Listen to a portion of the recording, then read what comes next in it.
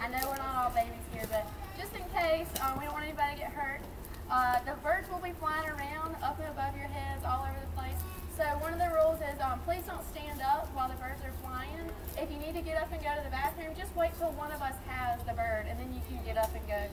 Just don't try to stand up whenever the birds are flying. The next thing is don't raise your hand. If you have any questions, just blurt them out to me. It doesn't bother me. I'll try to answer them. Just don't raise your hand because that's how we call the birds. So the birds, they know to come to our hand. But if you guys have any questions and you are okay with those rules, and of course don't try to grab the birds or anything, that's probably not a good idea. That's why I have these gloves. So, okay, if we're ready to go ahead and get started, I think we can bring out our first bird. If he's ready. I'm ready, so he might not be ready. All right, we can go ahead and bring him out. Here you go. So, guys, does anybody know what kind of bird this is? Yep, exactly right. This is a red-tailed hawk. He gets that name, of course. There you go. Oh, he's blind in one eye, so he gets kind of discombobulated sometimes. So, he is called a red-tailed hawk. Of course, they get their name because of that brick red tail. They are native to Georgia. You will find them all in this area. Very common. One of the most common hawks in North America. They're found all over in several different habitats, but mainly you'll probably find them in the thicker forest or the old woody forest. And one of the things I like to talk about with red tails is the characteristics of birds of prey. So there are three things. Birds of prey are different. They are hunters. They like to eat animals and they like to eat meat. So they're a little bit different than other birds, and there are three things that make them different. That make them good hunters. So what are three things that you think would make him a good hunter? His eyesight, yeah, that's one of the things. Now this bird in particular doesn't have very good eyesight. He is actually blind in this eye. He just has an eye injury. That's why he's here. But we can see, humans, we can see up to a mile away. Some of us not so lucky. But birds of prey can see anywhere from 3 to 5 miles away. So their eyesight is amazing. If he wanted to, you could probably read a newspaper across Paulson in a little while. So that's how Freedom can see, hopefully you'll get to go see Freedom fly at the football game. He can see Mr. Steve all the way across the football field easily. He can probably read what's on his shirt. So their eyesight is amazing. And what's the next thing that you think would be a good characteristic of him? His talons are claws. Some of us call them claws, but here we like to call them talons. He has long, sharp talons, and he's got to have that to be able to grab hold of his prey, kill it, and carry it off. So he's got very strong feet and long talons. What's the last thing you think?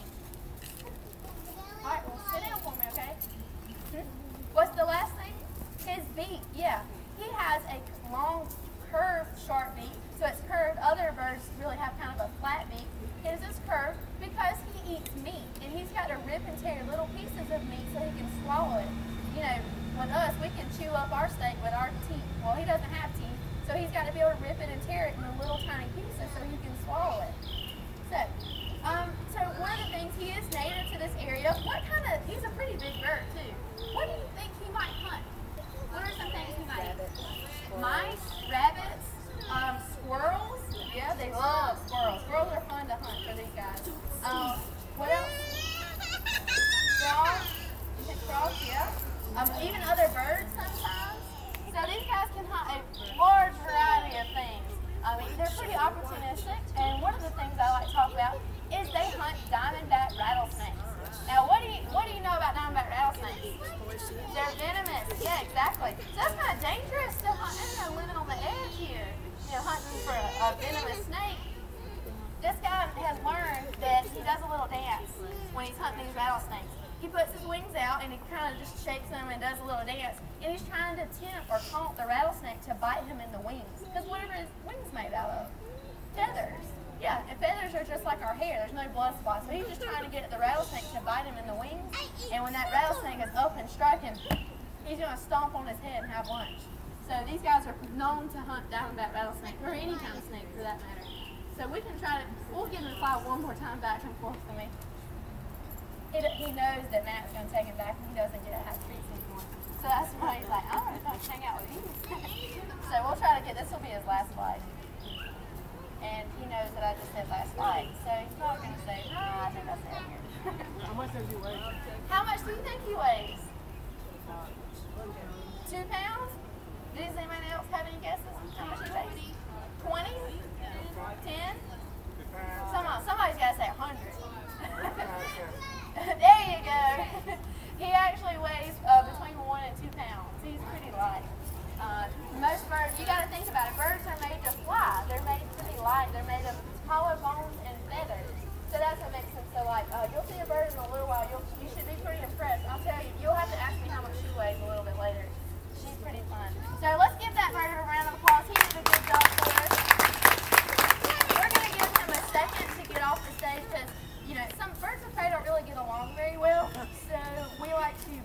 that we don't have any live food chains going on.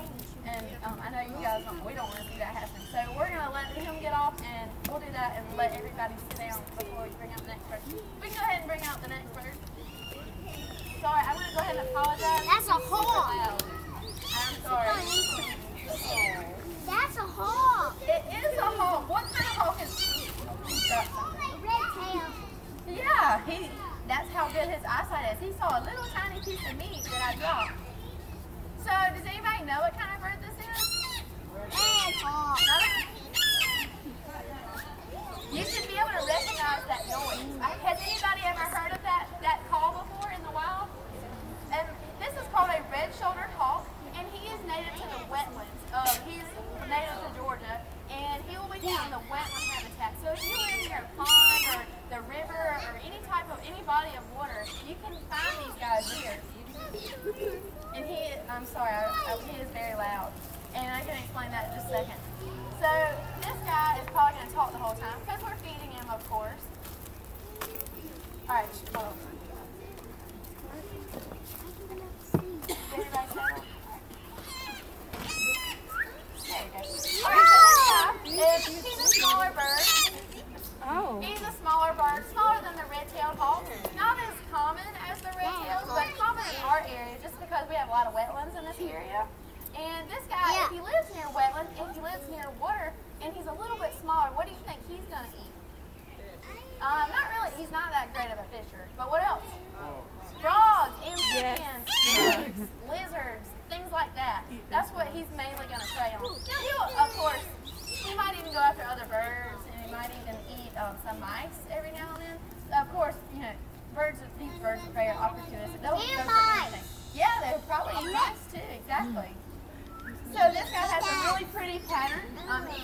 It kind of reminds you of the wetlands, right? Kind of like a deep, dark swamp. They get their name red-shouldered hawk because they have like a brick red, which is around their chest and it goes all the way back on their shoulders. So that's how they get their name, red-shouldered hawk. This guy is blind in one eye, also just like the red-tailed hawk, he's blind. And what makes him so loud and why he talks so much? He is an imprinted bird. Imprinting means that he was raised by humans. And I see. Yeah, he sees all that meat that I caught, or I dropped from the mountain. So, yes. So, this guy, he was raised by humans instead of his mom hawk. And that is the reason why he probably talks so much. Because he was never taught to be quiet. You know, when you go hunting, so if anybody likes to go deer hunting or something, you got to be quiet, right? You can't talk like that or holler when you're in the deer stand. You have to be quiet or you'll scare the deer away. He never learned that. He never learned when you're hunting, you got to be quiet. So his mom never taught him that because he was raised by humans. That's why he's talking. And of course he's saying, hey, I want a treat. So that's what he's doing now. So we'll try to get one more flight back and forth out of him. Do you have any questions about the red-shouldered hawk? I do. What's your question? Yeah. He weighs less than that. Less than that. He's really light. Some hawks eat snakes. Some hawks eat How long do they little live? It really snakes. depends, of course, on their environment. They can live probably up to 20 years if they're cared for, right? Down in the wild, they can't sit down because they're actually a smaller bird, so they might actually be the prey item in some cases. If something can happen to them too. Not all birds of prey are on the top of the food chain, and you're about to see that example in just a second. Let's go ahead and give him a round of applause. Now, if we're ready, we'll go ahead and bring out the next bird. This bird's going to be a little bit different. You might not recognize this bird, or you shouldn't. If you do, you might want to call us because it's our bird. This bird is called a Eurasian kestrel. We also have a kestrel called the American kestrel that is native to Georgia that you'll see. They have a gray head. We have one right here if you want to see the difference. Eurasian, of course, just means that she's from parts of Europe and Asia. And what Katie's doing right now is she is flying her on a creance, is what we call it. It's just a string, just in case she's a smaller bird. So we've had instances where, we have hawks, red tails and red shoulders that live in our area. So we have to be really careful with these birds, and we want to make sure for her safety and and she's also she's just getting back into flying. So we're trying to get her used to doing flight shows again. So that's why we use this Creons. And with kestrels, they're a small type of falcon, and they're really neat. They're really interesting birds because you might think, oh, she's so cute, she's a baby, she's small. She's not a baby, she's fully grown, and she is a type of bird of prey. Even though she is so small, she still hunts, and she still has the three characteristics: the talons, the sharp, curved beak, and her eyesight is amazing, as all falcons have really good vision. She hunts things like mice. You might see our American kestrels on power lines. They like to hang out there because we throw food out the window, and these mice will gather right here by us by the side of the road. That might be where you find the American kestrel. But these Eurasian kestrels, one thing that's really neat about her, she has like black lines under her eyes. That's typical for falcons too. And what it is, who else wears black under their eyes? Right there. Football players, yeah, exactly. Football players wear that. Now is that just to look tough? No, it's supposed to actually keep the glare down. Now, if they really wear that for that reason, maybe. But she also has that for the sun glare. Sorry, I think I ran out of little bits and pieces for her. There you go. I have to have little tiny pieces for her little mouth. So she has really cool black lines right here, and it's so she can fly really high up in the sky and have like her own little sunshades, and she can keep the glare from the sun down. Now, one of the other things is, what birds hover? Do you know any birds that hover? Hummingbirds, yeah, that's a common bird that can hover. Well, what's neat about the kestrels, they also can hover. They're one of the only birds of prey that can hover. So that's what makes her pretty different. Oh, she done? Okay. Oh, okay. Well, we're going to go ahead and wrap her up, and Katie will walk her, if you want to just walk her around one more time. Do you guys have any questions about the Eurasian kestrel? Now, she is not native to this area. She's Eurasian, and Eurasian, like I said earlier, Europe and Asia. And she was purchased from a breeder, so she does not have any type of injury. Just the birds that we have here, if they're native to Georgia, that they have to have an injury for us to have them here at the Wildlife Center. So she was actually purchased from a breeder. There's nothing wrong with her physically. And some of the other birds that you'll see, if I say that they're non-native or that they're not from here, then that means they don't have an injury. And that's what makes them, that's why they can live here. We can purchase them from a breeder and use them for educational purposes. So, do you have any questions about the kestrel? Yeah. Some hawks eat snakes. Yes, you're right. Some hawks do eat snakes. Any other questions? If not, we can go ahead and give her a round of applause.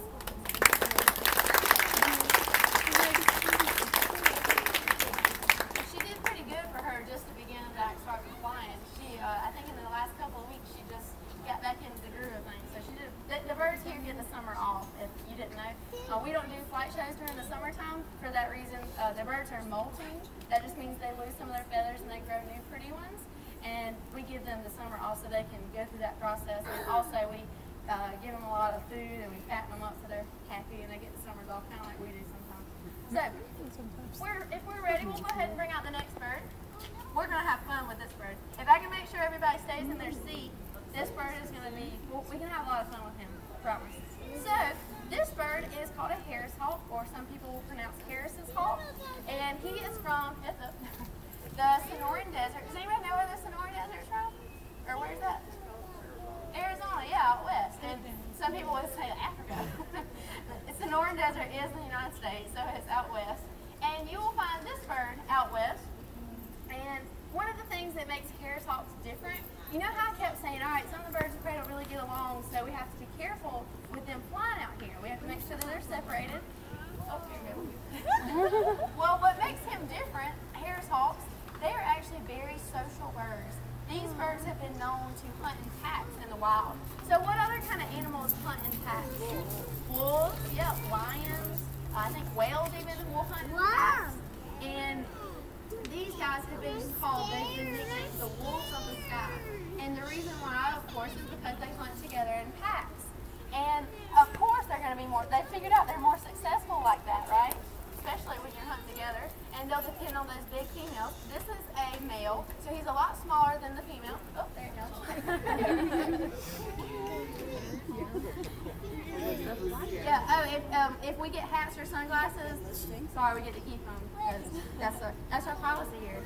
If you catch us any hats or sunglasses, we get So those guys really neat. They're very social. They depend on those big females since the females are much bigger in the wild in birds of prey.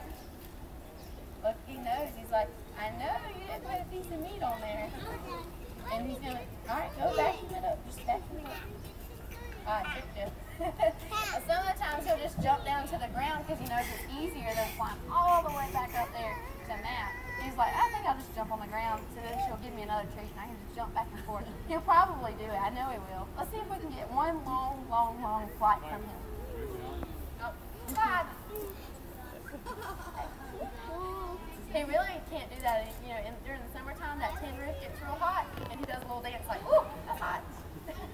Let's see if we can get him all. Okay, fly way up there. Go. There. Nope. Okay. Back to the tin roof. So now he's going to get the shade. I told you he's a character. So, the reason, we'll talk about the specific bird. I know I keep talking about the species, but this bird actually used to be the mascot for the Atlanta Hawks. Has anybody ever heard of the basketball team in Atlanta? So his name was formerly Spirit, and he was the Atlanta Hawks mascot. He flew at their game. Just a correction, this was not the bird that held up the game for 30 minutes. That's what I was wondering. Just to make sure that we do not tell you guys, we tell you guys that he was not that bird. All right, bye.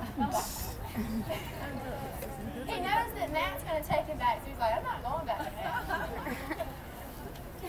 All right, well, come here. He is a character. And these guys are, they're known to be the most intelligent birds of prey out there, just because they're known to be so social, they hunt together, and of course they're easily trainable. Most birds, if you ever go to a flight show, someone told me they went to a flight show recently at Disney, the most common birds in these flight shows are Harris hawks. They're very smart, very easy to train. That's a really big one. I'm going to back up so I had to make him fly. He's lazy, he likes to jump from back and forth, and he knows not See, getting that. I told you. Okay.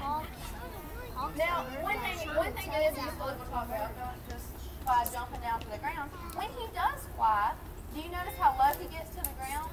If I try to fly really long, he'll swoop down and literally just glide across level to the ground. And the reason why he does that is to conserve energy.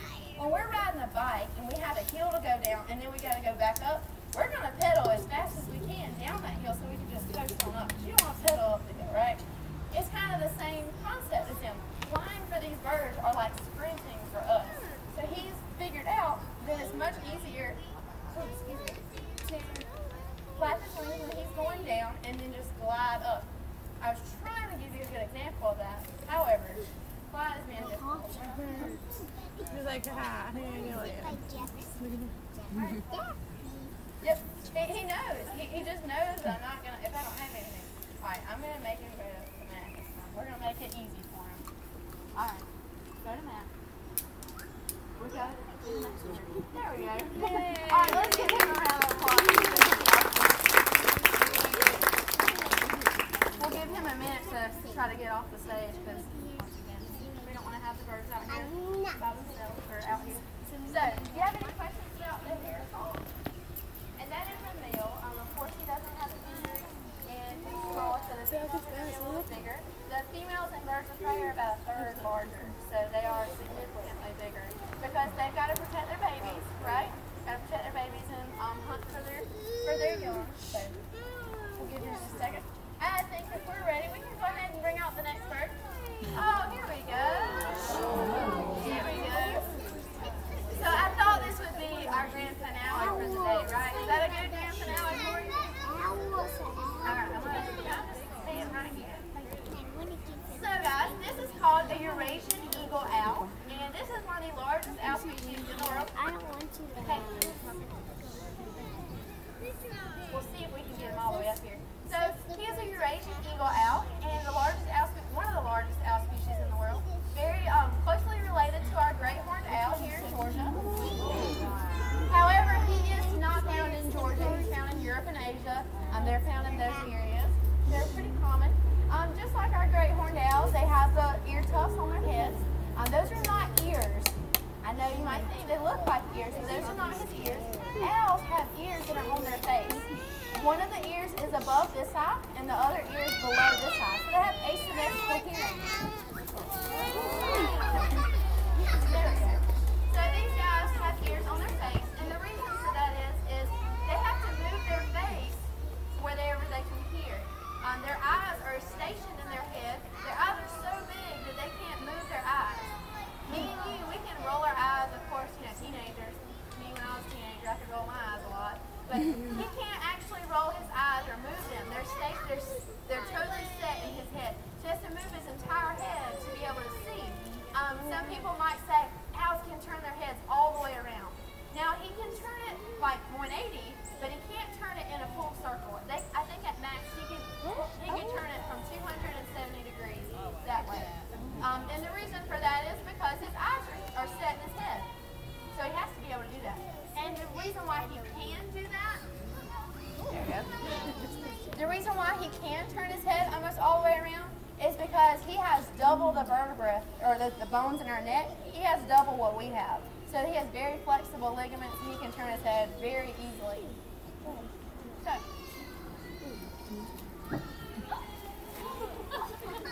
Now, just real quick, since y'all are already so quiet, did you hear much of anything when he flew over your head? No.